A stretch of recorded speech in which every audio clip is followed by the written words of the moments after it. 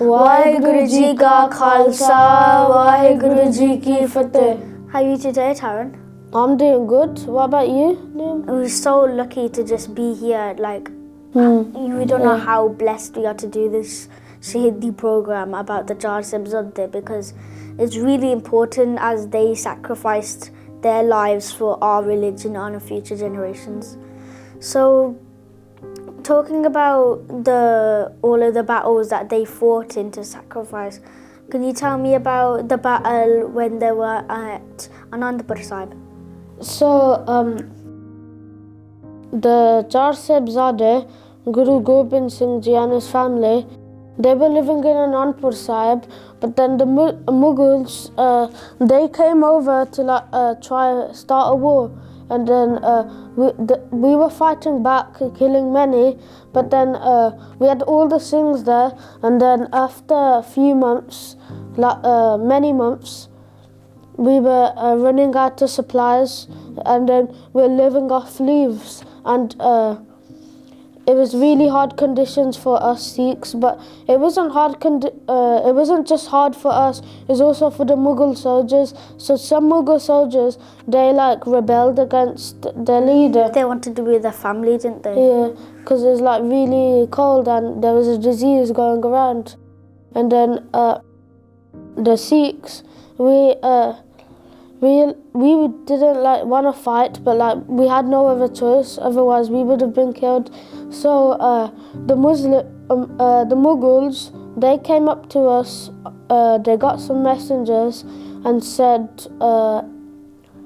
we swear on our respective gods that if you leave Anandpur, Sahib, we will leave you alone and your family, and we won't bother any of you Sikhs. Guru Gobind Singh Ji, at first he didn't want to go, but then the Panch Pyare said we should go because it's what's best for us. So then we got all our supplies. Almost all of the Sikhs were just carrying the supplies on their head, and then we're walking around. We're leaving Anandpur, Sahib, and then we got some Sikhs at the back with Shastra and that, just in case anyone tries anything. So they're waiting at the back. Also, one of them at the back was Baba Ajit Singh Ji. So we were walking through the canyon, and then the Mughals, they start running towards us. So then Baba Ajit Singh Ji tells everyone, oh, the Mughals are here, block it off. There's up the hill, there's a massive boulder. So then we get 20 Sikhs to push the boulder down, and then it blocks the passageway, and then so only a few Mughals can pass through. So then the Sikhs start slaying the Mughals that try pass through the canyon wall, and then some Mughals are passed through and we're still fighting. So then Bhai Daya Singh was doing Asa Divar with some of the Sikhs. The Sikhs that were bringing the supplies, yeah. You know about when they were crossing the canyon? Yeah. There was a massive rock, wasn't there? Yeah. There were steel beams and gaps, so the Sikhs just letting them go through. No, like I said, they pushed down the rock and then it blocked the passageway. So, you know, meanwhile that's happening, after Asa Divar, what happened to the people who were carrying the supplies? So, after Asa Divar, Baba Jujhar Singh Ji told everyone that was doing Asa Divar, they've just finished Asa Divar. So then he told them that the Mughals are attacking by the canyon. So many of the soldiers, the Sikhs, they went to the canyon to fight the Mughals, and then everyone with the supplies, the elderly women and men, and the children, they had to cross the river Sirsa, but at that time there's a really bad storm happening, so then the rivers were overflowing, and many Sikh scriptures, many of our history books and that were lost in the river because of how fierce the river was, and we also lost some people due to the river. as like it's really rainy and is flooded. Flooding, yeah. Yeah, and the trees were falling down. The only way they could get to the other side is grabbing onto the trees and going to the other side of the river. After the storm passed, were they getting split up? Yep. So the elder two Sahibzaade with Guru Gobind Singh Ji and 40 other Sikhs, they like split up and they went away, and then they decided to go to Chaur Sahib to stay there for a bit. And then Mata Sundar Kaur Ji, she went to Delhi with some other Sikhs and then she sorted out like the political side of Sikhi. And then the Chota Sahibzaade, they went to Gangu's house because Gangu was there and he offered to help them. Also with Mata Gujri Ji, they went to stay at Gangu's house and took shelter there. So after the storm passed, what happened to the Singhs that were fighting? Did they reach the mud fort? So the Singhs that were fighting, they travelled with Guru Sahib Ji, and then they reached Chaur Sahib, which was also a mud fort. And then, you know, the Mughals, were they spreading the message not to help Guru Sahib in the mud fort? Because there was a little village, wasn't there? There's like loads of villages around Chaur Sahib. So like the Mughals, they were sending warnings, like they're sending messengers to warn like everyone in those villages, like if you try help the Guru in the Chaur Sahib fort, you'll get executed if we find out that you've been helping them. Also, because of the low food supply, I think I remember that some Singhs left Guru Sahib to go back to their homes because there's low food. What happened about that one? Yeah, that happened in Anandpur Sahib. What happened to them after when they got home? When they got home, they like shouted at, everyone was shouting at them like saying, "Are you a failure?" All of that. And then they went back to Guru Sahib Ji. They asked Guru Sahib Ji, "Could you please forgive me?" The message that was happening in the village down below. Did anyone do anything about that? Yes. So one of the villages, this Mata, she like helped the whole village. Like she didn't want them to be scared of helping Guruji, so she hid behind a wall. And then when the messenger was walking by, she just twisted the neck and killed him. So did anyone actually heed that warning, or did they actually contribute to Guru Sahib? Most of them contributed to Guru Sahib, but still some of them were too scared to like help Guru Sahib Ji. Did any kids help Guru Sahib? Yep, many kids like they bring their donations, like some of their food, they bring it up to the mud fort, and then when they gave it to like the Singhs, one Singh would come back with them to like make them reach their house safely, so they won't get hurt by like any of the Mughals or anyone. While this was happening, what happened to the Chota Sahibzaade, Sahibzaade Baba Zorawar Singh Ji and Sahibzaade Baba Fateh Singh Ji? So while this was happening, they were staying at Gangu's house with Gangu's wife. They're trying to like make a plan how they could meet up with everyone. So were they planning to escape, escape to Delhi or anything? Or were they just trying to stay at Gangu's? They're trying to escape and then live safely in Delhi, and then they're hoping that Guru Sahib Ji and then the elder two Sahibzaade and some other Singhs would come to Delhi so they could meet up and recreate the army. When Mata Gujri Ji was asleep, she had like a bag of gold, and then when she was asleep with the two other Chota Sahibzaade, Gangu like sneakily came, grabbed the like gold coins in the pot and then chucked it down to his wife. But then Mata Gujri Ji knew about this, about the money that was stolen. Yeah. She knew it was Gangu, but then she said, do you know where my gold coins are? And then he was like, no, I think a thief took it. But she knew it was him.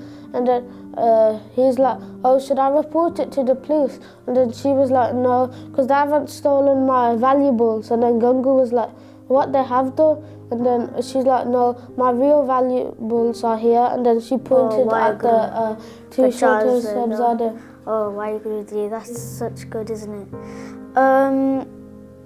You know, okay, now we're talking about the Mughals now. What were they planning? So there's over 1 million Mughals. Million? It wasn't just Mughals, it was some of the Hill Rajas army. They helped. There's over 1 million people outside the Kaur Sahib fort, and then they're trying to kill 42 Sikhs. 42 Sikhs and they haven't done it yet? Yeah. That's really... 1 million people. There's so many people that when they arrived, there's like loads of dust. You couldn't even see anything. That much dust because of the amount of people. So, you know, talking about how the Charlie Singhs left Guru Sahib and went back to their homes, was anyone in that village doing anything like coming back? Yeah, my Pago, she was saying like, you guys should come back or us girls will fight ourselves. And then the Charlie Singhs later, after the Kaur Sahib fight, they got forgiven by Guru Sahibji, and then they became the Charlie Mukte because they became Shaheed in a battle shortly after Kaur Sahib. So now let's talk about the Sahibzade now, Baba Ajit Singh Ji and Baba Chaar Singh Ji. What happened at their Shaheedi? So they're in Kaur Sahib. This is when they just got there, and then all the Mughals were there, and then Baba Ajit Singh Ji, the Mughals were making loads of noise like who, stabbing their spears in the ground, and then Baba Ajit Singh Ji, he did a loud jakara, and then the 41 other Singhs responded in the jakara, and then they're so loud that the Mughals thought maybe they had 1 million people in there. That's how loud it was. They were getting scared, innit? Yeah. Some of them was ready to cowered out, weren't they? Baba Ajit Singh Ji, the way he became Shaheed is he asked Guru Sahib Ji for permission to go out to battle, and then Guru Sahib Ji said, yes, you can go out to battle, but you have to promise me this one thing. And then Baba Ajit Singh Ji said, what is this one thing? And Guru Sahib Ji said that once you're in the middle of the battle, you have to stay there. You can't just come back saying, oh, I want to stay, I don't want to fight anymore. You have to stay there and fight until you become a Shaheed. So, in the end, was Baba Ajit Singh Ji allowed to go out? Yes, Baba Ajit Singh Ji, he went on his horse, and then they opened the front gate, some other Singhs, and then him and 4 other Singhs went out to fight.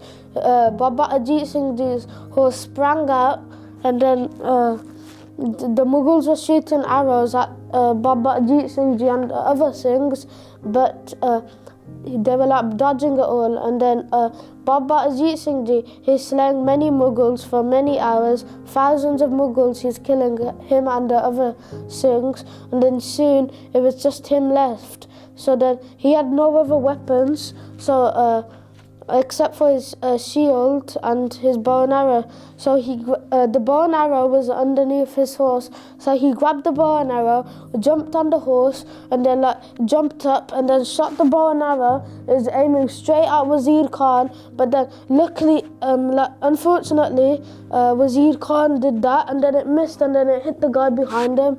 Oh, that was such a good shot, wasn't it? It was direct straight. So Baba Ajit Singh Ji, he had no more shots left, so we had to fight them with the shield. But then soon he never had the shield anymore. So then this Mughal, he came with a spear, stabbed it in him in his stomach. Why? So then he pulled it out and then chucked it back at him, and then that same Mughal died. And then he had no more weapons with his stomach bleeding. All of the Mughals, they were scared of him, so then they didn't want to like fight him because they knew that he was strong. So then they grabbed all their archers and then shot him all around the chest. And then he turned around, Baba Ajit Singh Ji, and then he faced Guru Sahibji, and then his last words were Vaheguru. But then the Mughals, they were planning to like, when Baba Ajit Singh Ji like came out to fight, they're planning to like, when he died, mess up his body so it looks like they did more damage. But then Baba Ajit Singh Ji was so like strong that even when Baba Ajit Singh Ji has become Shaheed, they were still scared. They never like approached him because they thought he could still be alive. They know we're powerful, don't they? So now that we've talked about Baba Ajit Singh Ji, what was happening in the fort at that time? The Anandpur Sahib. So there's actually some other Singhs staying at the fort just in case anything happened. And then the Mughals, they came in, and then all the Singhs, they started like killing all the Mughals. It's 100 against like a few, I think it's 8,000. And then the Singhs eventually won because they had guns and swords. And then we like regained Anandpur Sahib.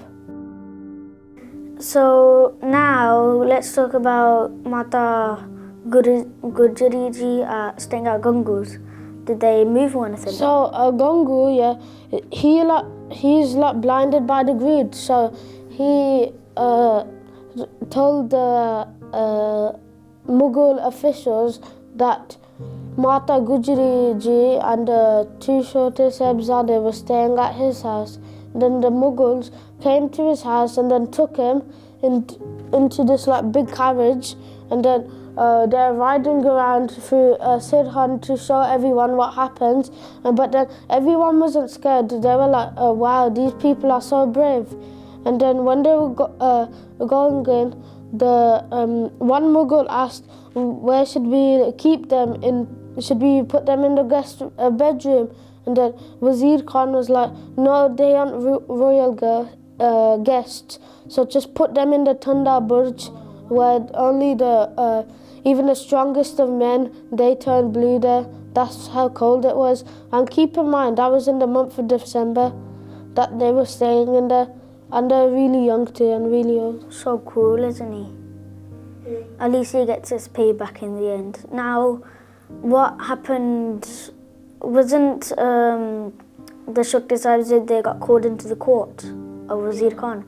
So a few times the Chaar Sahibzaade, they're called into the court of Supreme Court of Wazir Khan, and then he was like trying to convert them, like saying, oh, you could have all the riches in the world, you could marry the most beautiful Muslim prince in the world, but only if you convert to Islam. And they still rejected them. And when they were rejecting them each time, I think it's 3 times, they were like torturing them, like they were putting them in a shags and dragging them around with a horse. They like put them in the ground and then throwing rocks at them, and many of they put like cotton around them and then put fire on it to like try and torture them. But still the Chaar Sahibzaade, they stayed strong and kept faith in akaalpurakh and said, we still want to be Sikhs. Did you know when they opened the big doors for the Sahibzaade to enter? How did they enter? Wait, was it even a big door? No, it's a really small one, and Wazir Khan did this on purpose because he wanted them to go head in first, so like they're bound to him. But instead they went in foot in first, and then everyone was shocked about this. What was the first thing they said in the court? Vaheguru Ji ka Khalsa, Vaheguru Ji ki Fateh. And what happened when they stepped out? Did they tell Mata Gujri Ji about it? So when they stepped out, they were saying to Mata Gujri, oh, they're trying to scare us and they tried to bribe us, but they still kept faith in Vaheguru. So now it's becoming night time in the Thanda Burj, isn't it? And they still didn't have anything to drink or anything to eat, did they? So now talking about the war in Chaur Sahib, it's just really funny how the Mughals think that they can convert all the Chhote Sahibzade, but they're really like powerful and strong in their faith ones. What else do you like know about Chaar Sahibzaade? Do you like ask you a question? Do you know there's someone that like gave the Chhote Sahibzade some milk in the Thanda Burj? Oh yeah. Do you know his name? Oh, it was Martyrdom Mera. And what he did, every night he made some milk, but he didn't think that the Mughals would let him. So what he did was he banged a big pot of milk, hot milk, and then he said to the Mughal bodyguard, he was just like, oh, could I please give this milk to the Chhote Sahibzade in the Thanda Burj, and I'll give you anything you want. And because overcome by greed, he said, oh, okay, you can give the milk, but first give me the real cream. And he gave some coins to the bodyguard, and then he's about to walk, and then the bodyguard's like, no, wait, this isn't enough, you gotta give me some more. And then Martyrdom Mera was just like, no, I don't want to go home again to get this milk cold, and I'll give you some more jewelry tomorrow. And then the bodyguard was like, make sure tomorrow's jewelry will be counted into today's account, so you better get that jewelry tomorrow. And he was like, I promise. And then he gave the milk to Mata Gujri Ji and the Chhote Sahibzade, and Mata Gujri Ji said, I hope you're not getting into any trouble with this. And then Martyrdom Mera was like, oh no, it's my blessings to give you hot milk, because I know you're not going to eat or drink anything, so I'll give you this. And he started doing that daily now, and doing it every night, giving them milk. And then once he was out of everything, he actually sold his house to give milk to the Chhote Sahibzade. It's really, it just shows how much people believe in the Chhote Sahibzade. The amount of faith they have. And he wasn't even a Sikh himself too. So now talking about coming to the Shahidi of the Chhote Sahibzade, at this moment, also in the court as well, the Wazir Khan said to the Chhote Sahibzade that, oh, did you know that your brothers died in war? And they was just like, no, don't say died, say Shahidi. So it's called a sacrifice. Now they're coming into the court, they're really fearless and in royal clothing. Yeah, royal clothing. And Mata Gujri Ji put like a khanda on the mullah, and they're getting ready to go now. And they're not scared at all. So Mata Gujri Ji was not allowed to leave the Thanda Burj, as they wouldn't kill them. They had to like make natural causes that kill her, due to like starvation and everything. So now they're in the court of Wazir Khan, and they've got the sentence ready. And Wazir Khan read out the sentence, and it said to be bricked alive in a wall. Like, us guys gotta be ready at any time, because we could have to sacrifice ourselves for our religion as well, and we shouldn't be scared of that. So now they're standing in the court, not fearless or anything. They're fearless. They're not even scared 1 inch of Wazir Khan. Even though they're really small, like 6 years old to 9 years old, they're really fearless for their age, aren't they? And so now they're getting all the bricks ready. They're stepping outside. But Wazir Khan was like, who are we going to get to do this execution? No one's going to find anyone. Yeah. Because everyone was too scared. But now, because Wazir Khan is the emperor, they've got people in jail for doing bad stuff. So they brought up there's 2 twins that said, okay, we'll execute the Chhote Sahibzade Guruji. And now, so they've come out of jail, they've cut them out of jail, but they said only if you let us free after. So they let them free after.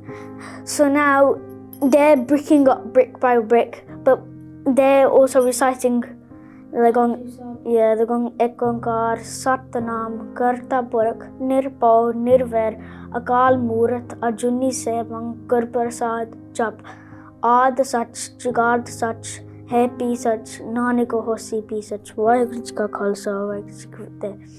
So as the bricks are going up, they're finishing Japji Sahib. But once the bricks got up to their knees, the kneecaps were in the way. So then the executors, they're so angry that they chopped off their kneecaps to show to Sahibzade because it's in the way. Oh, Vaheguru, that's so brutal, isn't it? So now as it's going brick by brick and the ending Japji Sahib is right at the top of their heads. And then there's only a little space. A brick space to see their eyes there. And then it's closing up at the top and they're stopping Nanak Naam, Charati Kala, Tere Pane Sirbata Pala, Vaheguru Ji Ka Khalsa, Vaheguru Ji Ki Fateh. As they finished that, a brick was put on their eyes. Now they waited for half an hour, like an hour, and then Wazir Khan started walking away innit? Yeah, and then before they started walking away, the Chaar Sahibzaade out of breath went, Bole Sonehala Sat Sri Akal. And after that, it was totally silent. So Wazir Khan is walking back now that they're thinking that they're dead. But no, the bricks start cracking and they actually fall. And you see the Chaar Sahibzaade bodies. And they're still breathing. Yeah, and the Wazir Khan was like, they're still breathing. And then the executioner was like, what do you want us to do about it? And the Wazir Khan was like this. And then the executors, they used the Chaar Sahibzaade, their own kirpans, and then chopped their vein on their necks, and then they were dead completely. Yeah, that's just so brutal, isn't it? The fact that they And they were actually only had little kids. Yeah, they actually had the courage to actually kill the Chaar Sahibzaade. But the Chaar Sahibzaade, they're really courageous because they weren't scared of death. And now the Mata Gujri Ji, hearing the Jagara, because she was so cold and so hungry, she just left the body to go to She just left the body and fell because it was her time to go. So now that you guys are hearing this, we know that we've got to stand up for ourselves and get ready at any time to take sacrifice of our religion. For our religion. At any time we should be ready. Vaheguru Ji Ka Khalsa, Vaheguru Ji Ki Fateh.